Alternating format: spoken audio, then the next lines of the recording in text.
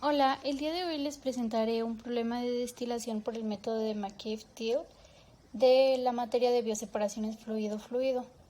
Primero comenzaremos por una pequeña introducción definiendo la destilación, la cual consiste en eliminar uno o más de los componentes de una mezcla, y para llevar a cabo la operación se aprovecha la diferencia de volatilidad de los componentes de dicha mezcla, separándolos o fraccionándolos en función de su temperatura de ebullición.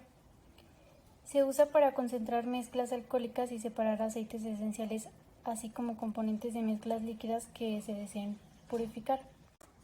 Existen diferentes tipos de destilación, entre ellos está el de destilación simple, el cual consiste en hervir la mezcla hasta separar los diferentes componentes. Este método es efectivo cuando los puntos de ebullición de los componentes de la mezcla difieren mucho entre sí.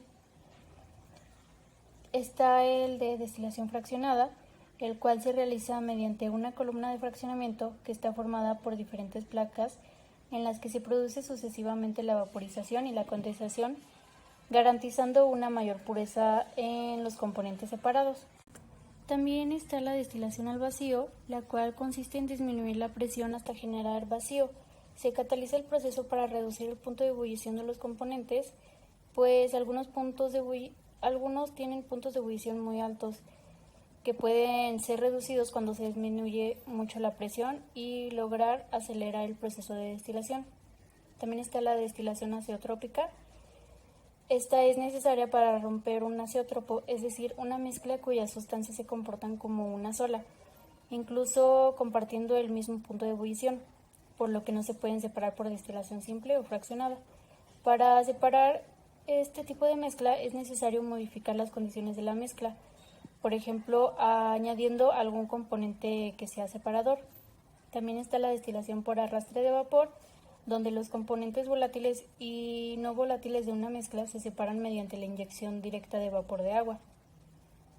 También existe la destilación seca, la cual consiste en calentar materiales sólidos sin presencia de solventes líquidos y obteniendo gases y luego condensarlos en otro recipiente. La destilación mejorada también se puede llamar alterna o reactiva. Esta se adapta a los casos específicos de mezclas que son difíciles de separar o que tienen un mismo punto de ebullición. El proceso de destilación tiene diversas aplicaciones en la industria. Una de ellas es la refinación petrolera, la cual es la separación de los diversos hidrocarburos presentes en el petróleo, que se realiza mediante la destilación fraccionada, almacenando en diversas capas o compartimentos separados de una columna de destilación cada compuesto derivado de la cocción del petróleo crudo. También se encuentra la purificación del etanol, que consiste en separar alcoholes como el etanol del agua durante su obtención en el laboratorio. Esta se emplea una destilación azeotrópica agregando a la mezcla benceno u otros componentes que propician o aceleran la separación. También está el procesamiento del carbón, que para obtener combustibles orgánicos líquidos se emplea el carbón o la madera mediante procedimientos de destilación en seco, y así se pueden condensar los gases emitidos en la combustión. Y bueno, tenemos nuestro problema, el cual nos dice que se va a diseñar una columna de fraccionamiento continuo para separar 30.000 kilogramos sobre hora de una mezcla de 40% de benceno y 60% de tolueno en un producto de destilado que contiene 97% de benceno y un producto residual de 98% de tolueno. Estos porcentajes están expresados en peso.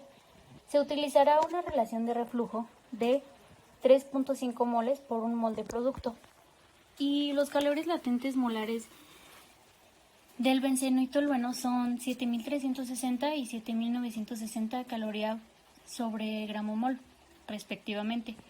El benceno y el tolueno forman un sistema ideal con una volatilidad relativa de 2.5. El problema nos pide que calculemos los moles de los productos destilados y residuales por hora.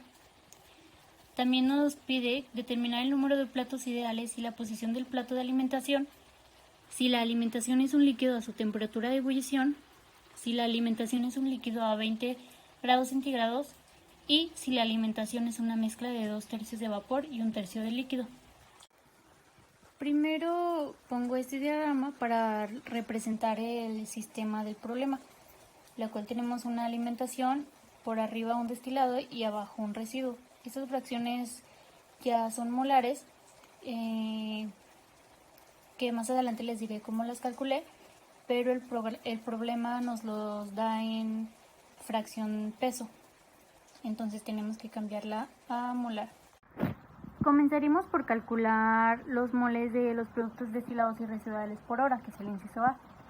En esta tabla están las fracciones de cada compuesto en la alimentación, el destilado y el residuo. Esto nos lo da el problema, sin embargo yo lo puse en una tabla para representarlo mejor. Primero comenzamos por plantear el balance global, el cual es igual es la alimentación igual al destilado más el residuo. Esto igual a 30.000 kilogramos por hora. Despejamos el destilado y ahora planteamos el balance del componente de interés, que es el benceno. Sustituimos la D en el balance del componente y obtenemos R, lo cual nos da de 18.000 kilogramos por hora. Por lo tanto, D será igual a 12.000 kilogramos por hora. Como el problema nos lo pide en mol, vamos a cambiar esto a kilomol por hora. Sabiendo que el peso molecular del benceno es 78.11 kilogramos sobre kilomol y el del tolueno 92.14 kilogramos kilomol, obteniendo así el flujo de alimentación de 348.98 kilomol por hora, en el destilado 152.93 kilomol por hora y en el residuo de 196.05 kilomol por hora. Ahora, en el inciso B nos pide determinar el número de platos ideales y la posición del plato de alimentación si la alimentación es un líquido saturado. Y aquí igual pongo una tabla con las fracciones ahora molares de cada compuesto en la alimentación, el destilado y el residuo. Esto lo calculé mediante la ecuación siguiente para la alimentación y el benceno y así sucesivamente para cada uno. Ahora haremos uso del programa de GeoGebra, donde vamos a graficar en X de 0 a 1 y nuestra Y será la que se ve, ya que tenemos una volatilidad relativa de 2.5. Por lo tanto, esta Y va a ser 2.5 por X entre 1 más 1.5 por X. También vamos a definir una función que sea igual a X de 0 a 1, que es la línea verde que se ve ahí. Ahora vamos a trazar estas líneas, donde la primera es el residuo, que es 0.02 del benceno. Después tenemos la de la alimentación, que es 0.44. Y la última es la de destilación, que es 0.9744. Continuando con la realización del diagrama de McKill, el problema nos decía que es un líquido saturado, entonces será Q igual a 1 y LOCE será la Y que se encuentra abajo. Las vamos a marcar y la línea azul será LOCE y la línea rosa es la línea de operación Q. Y después marcamos un punto de intersección entre esas dos líneas. Con ese punto de intersección vamos a poder marcar losa de este lado y LOCE del otro. Después vamos a realizar los platos hasta sobrepasar el punto de residuo. Para este segundo inciso, nos dio un número de platos teóricos de 12 y donde el plato de alimentación es el sexto. Ahora el inciso C nos pide calcular el número de platos y el plato de alimentación si la alimentación es un líquido a 20 grados centígrados con un calor específico de 0.44 calorías sobre gramo por grado centígrado. Para ello tuve que graficar el punto de burbuja, en donde definimos la temperatura de del benceno a 101.32 kilopascales hasta llegar a una temperatura del tolueno a 101.32 kilopascales igualmente. Y para X y Y tenemos las ecuaciones que se encuentran en la parte de abajo, donde P es 101.321 kilopascales, como lo indica el sistema. Además, estas presiones saturadas, la 1 y la 2, las obtuvimos con un programa llamado ThermoSolver. Y bueno, ya a partir de esta gráfica nos fuimos al punto 44, que es la fracción de alimentación del benceno, hasta que topara en la temperatura. Esta temperatura la vamos a utilizar más adelante, que es 94 grados centígrados. Ahora, para calcular Q tenemos la siguiente ecuación, donde Cp es el calor específico que nos da el problema, TL es la temperatura en el punto de burbuja, la cual fue de 94 grados centígrados, y TF es la temperatura de alimentación, la cual el problema igual nos indica que debe ser a 20 grados centígrados, y lambda F es el calor de vaporización, donde de ese vamos a calcular el promedio con los dos calores de vaporización de cada compuesto, es decir, del benceno y el tolueno, y a su vez multiplicarlos por su fracción molar, y con ello lo vamos a convertir de gramo mol a gramo, ya que el Cp está en gramo, obteniendo así 90.1291 calorías sobre gramo. Y ahora sí, sustituyendo en Q, nos da una Q de 1.3612, lo cual nos indica que es un líquido subenfriado, ya que es mayor a 1.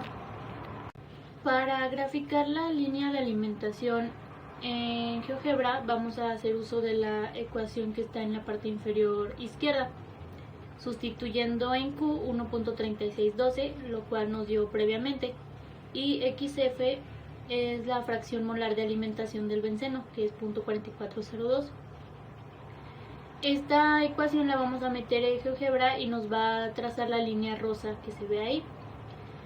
Y para el OCE vamos a seguir haciendo uso de la misma ecuación durante los 3 incisos, la cual es la relación molar que nos da el problema, que es 3.5, y la fracción de destilación del benceno, que es 0.9744. Con esto vamos a poner un punto que intersecte en estas dos líneas, es decir, en la azul y la rosa. Y para ello vamos a marcar LOCE y LOSA, como se ve en la imagen derecha. Por último, trazamos el número de platos, lo cual nos dio 12 platos, y en el plato de alimentación es el sexto, igual que en el inciso anterior. Finalmente, para el último inciso nos pide igualmente calcular el número de platos y el número de plato de alimentación si la alimentación es una mezcla de 2/3 de vapor y 1/3 de líquido. Entonces, como Q es 1/3, vamos a trazar una nueva línea de operación que será igual a la siguiente. Y volvemos a trazar LOCE con la siguiente ecuación.